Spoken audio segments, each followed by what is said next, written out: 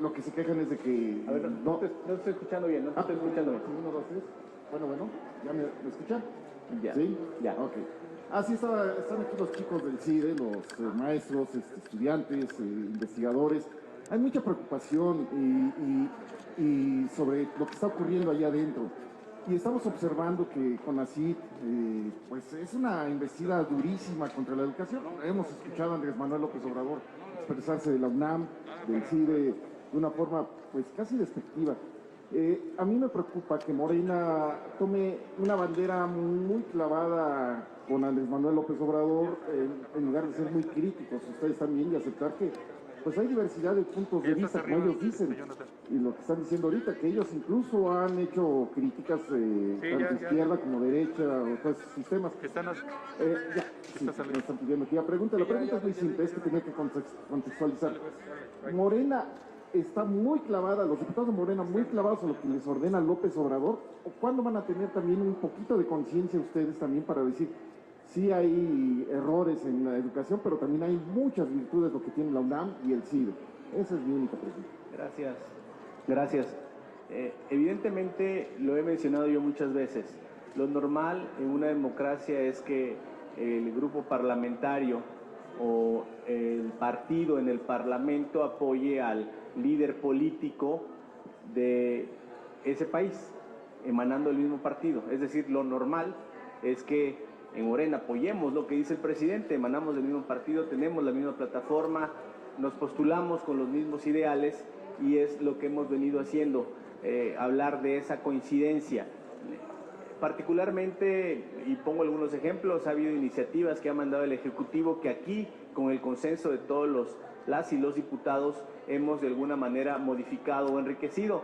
Una de ellas fue, por ejemplo, el de la reforma constitucional de la Guardia Nacional, que la aprobación que dimos a lo que quedó en la Constitución fue totalmente diferente, fue muy diferente a lo que venía en la iniciativa original. Entonces, yo creo que hay un diálogo permanente y que no se puede de alguna manera tratar de categorizar todo que tiene que ser de una forma. Cada asunto se va analizando poco a poco.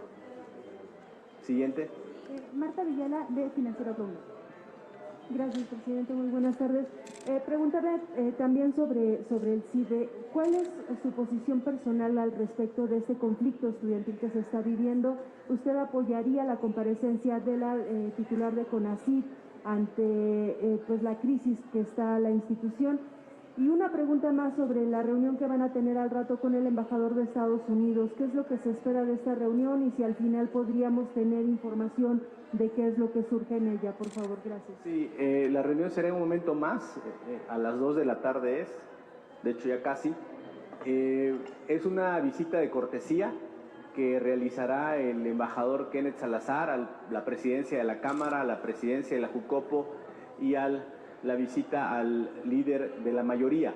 Es una agenda libre, no hay temas específicos, vamos a charlar con él y con mucho gusto después de la reunión les daré información sobre el contenido de esta.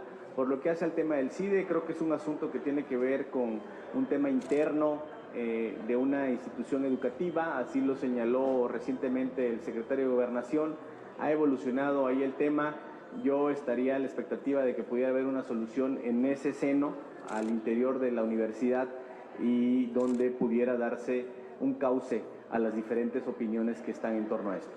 Finalmente, nuestra compañera Margarita Nicolás de Sistema Raza. Diputado, buenas tardes.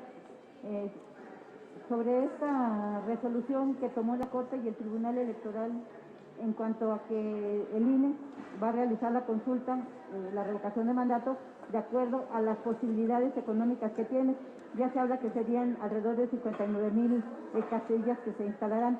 A ustedes, sobre todo tú que fuiste a presentar una denuncia penal contra los consejeros, que dice que no procede, y la otra de que le dices, pues sí, con lo que tienes hay que realizar la consulta. ¿Cómo lo ves desde el punto de tu punto de vista? Y también de lo del CIDE. Ahorita es el CIDE, después van las universidades, con el POLI no se meten porque, bueno, no es autónomo, pero siguen las demás universidades, la intromisión del Estado,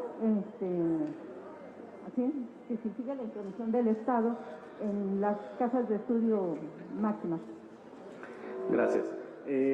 Por lo que hace al primer tema, De lo que entiendo que resolvió ayer la Suprema Corte, tiene que ver con que puedan hacer el ejercicio de revocación de mandato con los recursos que tienen sin que eso derive en un tema de responsabilidad administrativa penal. El tema que nosotros denunciamos en la Cámara de Diputados tiene otro contexto. Tiene que ver con un presunto incumplimiento de una suspensión otorgada. Son otras cosas. De la información primigenia que tenemos, no he leído la sentencia, no se ha notificado aún. Y sobre el tema de instalar menos casillas, es algo que no está previsto en la ley. La ley establece claramente que tienen que ser el mismo número de casillas que la elección anterior, es decir, 161,000 más menos. Nosotros esperaríamos a que los ajustes que hiciera el INE fueran en el sentido de proveer la facilidad y la accesibilidad a los ciudadanos para que puedan votar eficazmente. Y por lo que hace al tema del CIDE, otra vez lo mismo, el que se pueda resolver esto en el seno interno, que yo no lo vería de ninguna manera como una intromisión en el Estado, sino como medidas que se están dialogando o comentando entre las autoridades y quienes forman parte de esta institución. Muchas gracias. Diputado, tenemos una última pregunta de Angélica Melín, NBS. Diputado, tiene, creo usted, 10 minutos para que nos regale y podamos platicar. Quisiera insistirle en el caso del embajador Salazar. Tenemos entendido, como ocurrió con la reunión del Senado de hace un par de semanas, que el embajador lo que quiere decirle a ustedes son las preocupaciones del gobierno norteamericano por los términos de la reforma eléctrica que ha propuesto el presidente de la República. ¿Cómo van a tomar? Ustedes saben que eso les va a decir el embajador. ¿Qué impacto van a tener las palabras del embajador o cómo van a tomar ustedes esta opinión que les viene a dar, que ya sabemos todos cuál es, respecto a la iniciativa del presidente de la República? ¿Tendrá algún peso en lo que les comente el embajador? Esa es una y enseguida le quiero formular otra. Sí, yo les propongo lo siguiente. En el caso del tema del embajador, inmediatamente termine la reunión, les informaría qué platicamos, qué dialogamos, qué concluimos, porque ahorita estamos anteponiéndonos a algo que no ha sucedido. La reunión es una reunión informal donde hasta el momento no hay ningún solo tema en la agenda y los temas que se traten yo los voy a comentar con ustedes abiertamente en un par de horas más. Entonces yo les pediría que esperáramos a eso para ir sobre temas certeros y específicos. Quisiera preguntarle sobre el sentido y el propósito que tiene la iniciativa que hoy se publica en Gaceta, que usted y algunos otros congresistas están impulsando, por el tema de la resolución del tribunal y la impugnación que presentó Movimiento Ciudadano por su exclusión de los trabajos de la permanente.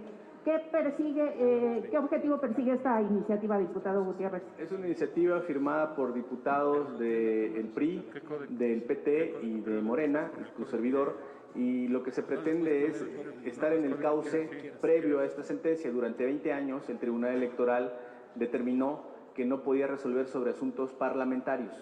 Cambió ese criterio repentinamente.